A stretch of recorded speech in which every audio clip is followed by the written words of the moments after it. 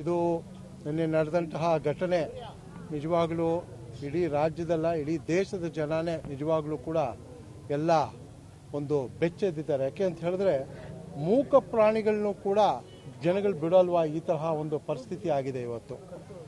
ನಿನ್ನೆ ಈ ಒಂದು ಹಾಸ್ಪಿಟ್ಲಲ್ಲಿ ಆ ಹಸುಗಳಿಗೆ ಒಂದು ಟ್ರೀಟ್ಮೆಂಟ್ ಅನ್ನು ಕೊಡ್ತಾ ಇದ್ದಾರೆ.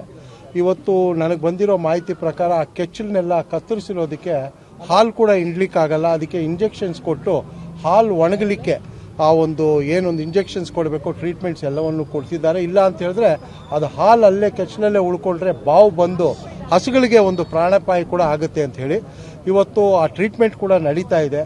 ನಾಳೆ ಒಂದು ಹಬ್ಬ ಇರೋವಂಥದ್ದು, ಅದಕ್ಕೇನೆ ಇವತ್ತು ನಾನು ಒಂದು ವೈಯಕ್ತಿಕವಾಗಿ ಒಂದು 2 ಹಸು ಮತ್ತು ಒಂದು ಕರುವನ್ನು ತೊಗೊಂಡು ಬಂದು ಅದು ಕರುಣಾ ಕುಟುಂಬಕ್ಕೆ ನಾನು ಕೊಟ್ಟಿದ್ದೀನಿ. ಯಾಕೆ ಅಂತ ಹೇಳಿದ್ರೆ ಇದು ಅವರ ಒಂದು ಆದಾಯ ಕೂಡ ಅವ್ರದ್ದು ಇರೋದ್ರಿಂದ ಅವ್ರಿಗೆ ನಾನು ಬಂದು ಕೊಟ್ಟಿದ್ದೀನಿ. ಯಾಕೆ ಅಂತ ಹೇಳಿದ್ರೆ ನಾಳೆ ನಮ್ಮ ರಾಜ್ಯಾಧ್ಯಕ್ಷರಾದ ವಿಜೇಂದ್ರ ಅವರು ಮತ್ತು ವಿರೋಧ ಪಕ್ಷ ನಾಯಕರಾದ ಅಶೋಕ್ ಅವರು, ನಾನು ಎಲ್ಲರೂ ಕೂಡ ನಾವು ಒಂದು ಸಂಕ್ರಾಂತಿ ಹಬ್ಬವನ್ನು ಇದೇ ಜಾಗದಲ್ಲಿ ನಾವು ಇಲ್ಲೇ ಮಾಡಬೇಕು ಅಂತ ಕೂಡ ನಾವು ಹೇಳ್ತೀವಿ. ಯಾಕೆಂದರೆ ಜನಕ್ಕೂ ಕೂಡ ಒಂಥರ ಭಯ ಆಗಿದೆ, ಏನಪ್ಪ ನಾವು ಇರೋದು ಹೇಗೆ ಅಂತೇಳಿ.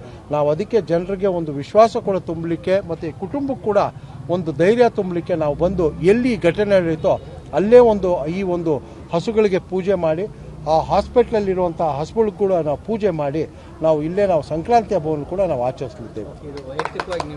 ಇದು ವೈಯಕ್ತಿಕವಾಗಿ ನಾನು ಕೊಟ್ಟಿದ್ದೀನಿ. ಇದನ್ನು ನಾನು ಕರುಣಾ ಅವರ ಕುಟುಂಬಕ್ಕೆ ಕೊಟ್ಟಿದ್ದೀನಿ. 2 ಹಸು ಮತ್ತು ಒಂದು ಕರು ಇದೆ. ನಾಳೆ ಒಂದು 10 ಗಂಟೆ ಅಷ್ಟೊತ್ತಿಗೆ ನಮ್ಮ ಅಧ್ಯಕ್ಷರು ಮತ್ತು ಅಶೋಕ್ ಅವರು ಕೂಡ ಬರ್ತಾ ಇದ್ದಾರೆ. ಸಂಕ್ರಾಂತಿ ನಾವು ಇಲ್ಲೇ ಮಾಡ್ತೀವಿ, ಬೆಳಿಗ್ಗೆ 10 ಗಂಟೆಗೆ ನಾವು ಮಾಡ್ತೀವಿ. ಈ ಏನು ಹೊಸ 2 ಹಸುಗಳು ಮತ್ತು ಒಂದು ಕರುವನ್ನು ನಾವು ಕೊಟ್ಟಿದ್ದೀವಿ. ಇವತ್ತು ಏನು ಒಂದು ಯಾವ ಕ್ರೂರಿಗಳು ಬಂದು ಏನು ಆ ಹಸುಗೆ ಆ ಕೆಚ್ಚಲನ್ನು ಕತ್ತರಿಸಿ ಅದಕ್ಕೆ ತೊಂದರೆ ಆಗಿದೆ, ಹಸುಗೆ ಸಂಪೂರ್ಣವಾಗಿ ಒಳ್ಳೆಯ ಟ್ರೀಟ್ಮೆಂಟ್ ಕೊಡಿಸೋದು ಕೂಡ ನಾವು ರೆಗ್ಯುಲರ್ ಆಗಿ ಹಾಸ್ಪಿಟ್ಲಿಗೆ ನಾನಾಗಲಿ ಕರುಣಾ ಅವರಾಗಲಿ ಹೋಗಿ ನಮ್ಮ ಕಾರ್ಯಕರ್ತರು ಕೂಡ ಅದ್ರ ಬಗ್ಗೆ ಕೂಡ ಗಮನಿಸ್ತಾರೆ. ಯಾಕೆ ಅಂತ ಹೇಳಿದ್ರೆ ಅದು ನೋವು ಅದರದ್ದು ನಮಗೂ ಕೂಡ ಇದೆ ಅನಿಸುತ್ತೆ. ಯಾಕೆಂದರೆ ನಾನು ಈಗಾಗಲೇ ಹೇಳ್ದಂಗೆ ನಮಗೆ ಗೋಮಾತೆ, ನಾವು ಗೋ ಪೂಜೆ ಮಾಡುವಂಥವ್ರು.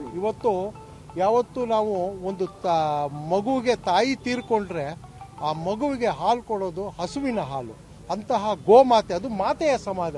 ಇವತ್ತು ನಾವು ಅದನ್ನು ಕೂಡ ನಾವು ಏನಿವತ್ತು ಹಾಲು ಕೊಡ್ಲಿಕ್ಕಾಗಲ್ಲ ಹಸುಗಳು, ಅವುಗಳನ್ನು ಕೂಡ ನಾವು ಹೆಚ್ಚಿನ ಒಂದು ಮುತುವರ್ಜಿಯಿಂದ ನೋಡ್ಕೊಳ್ತೀವಿ ಅಂತ ಕೂಡ ಸರ್. ಇದೆಲ್ಲ ಒಂದು ಕಟ್ಟು ಕಥೆಗಳು. ಇವುಗಳು ಏನು ಅಂತ ಹೇಳಿದ್ರೆ ಇವ್ರಿಗೆ ಗೊತ್ತಿರ್ತದೆ ಯಾರು ಮಾಡಿದಾರೆ ಏನು ಅಂತ ಹೇಳಿ. ಇವಾಗ ಜನರುಗಳು ಪ್ರಶ್ನೆ ಮಾಡ್ತಾ ಇದ್ದಾರೆ, ಇಡೀ ರಾಜ್ಯ ಇದನ್ನ ದೇಶ ಗಮನಿಸ್ತಾ ಇದೆ. ಅದಕ್ಕೆ ಯಾರೋ ಒಬ್ಬರನ್ನ ಕರ್ಕೊಂಬಂದು ಹಿಡಿದುಬಿಟ್ಟು ಅವನಿಗೆ ಮೆಂಟ್ಲು, ಅವನು ಸರಿ ಇಲ್ಲ ಅಂತ ಹೇಳ್ತಾ ಇದ್ದಾರೆ. ಇದೆಲ್ಲವೂ ಕೂಡ ಕಟ್ಟುಕತೆ. ಈ ರಾಜ್ಯದಲ್ಲಿ ಯಾವುದೇ ಕಾರಣಕ್ಕೂ ನಾನು ಹೇಳ್ತೀನಲ್ಲ, ಇವು ಕಾನೂನು ಸುವ್ಯವಸ್ಥೆ ಹದಗೆಟ್ಟಿದೆ. ಈ ಸರ್ಕಾರ ಉಳಿಲಿಕ್ಕೆ ಲಾಯಕ್ಕಿಲ್ಲ ಅಂತ.